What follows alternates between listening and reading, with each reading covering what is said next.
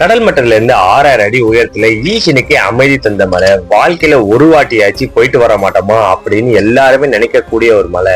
தமிழ்நாட்டுல உள்ள கடினமான மலையேற்றத்துல ஒரு முக்கியமான மலை. அது எந்த மலைன்னா தென்கைலாயம் அப்படின்னு சொல்லப்படுற வெள்ளையங்கிரி மலை தான். இந்த மலை கோயம்புத்தூர் மாவட்டம் பூண்டில இருக்குது. மொத்தமா 7 மலை. 7 மலை கஷ்டப்பட்டு ஏறி போல சிவனை பார்க்க முடியும். இதுல முதல் மலையும் 7வது மலையும் ஏறதுக்குள்ள போதும் ஆகிடும். முதல் மலை வெள்ளை விநாயகர் சன்னதியில முடியுது. 2வது மலை வழுக்குப்பாறையில முடியுது. 3வது மலை சுனையில ஆரம்பிச்சு சுனையில முடியுது.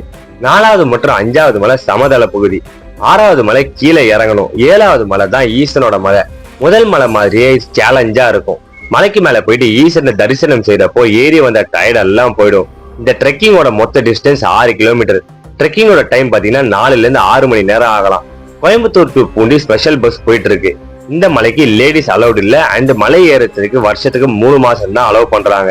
இந்த வீடியோ உங்களுக்கு பிடிச்சதா உங்க சிவன் பக்தர் ஃப்ரெண்டுக்கு ஷேர் பண்ணுங்க. போலாமா மச்சான்னு கூப்பிடுங்க. இந்த வெள்ளையங்கிரி எத்தனை வாட்டி போயிருக்கீங்கன்னு கமெண்ட் பண்ணுங்க. Love you guys.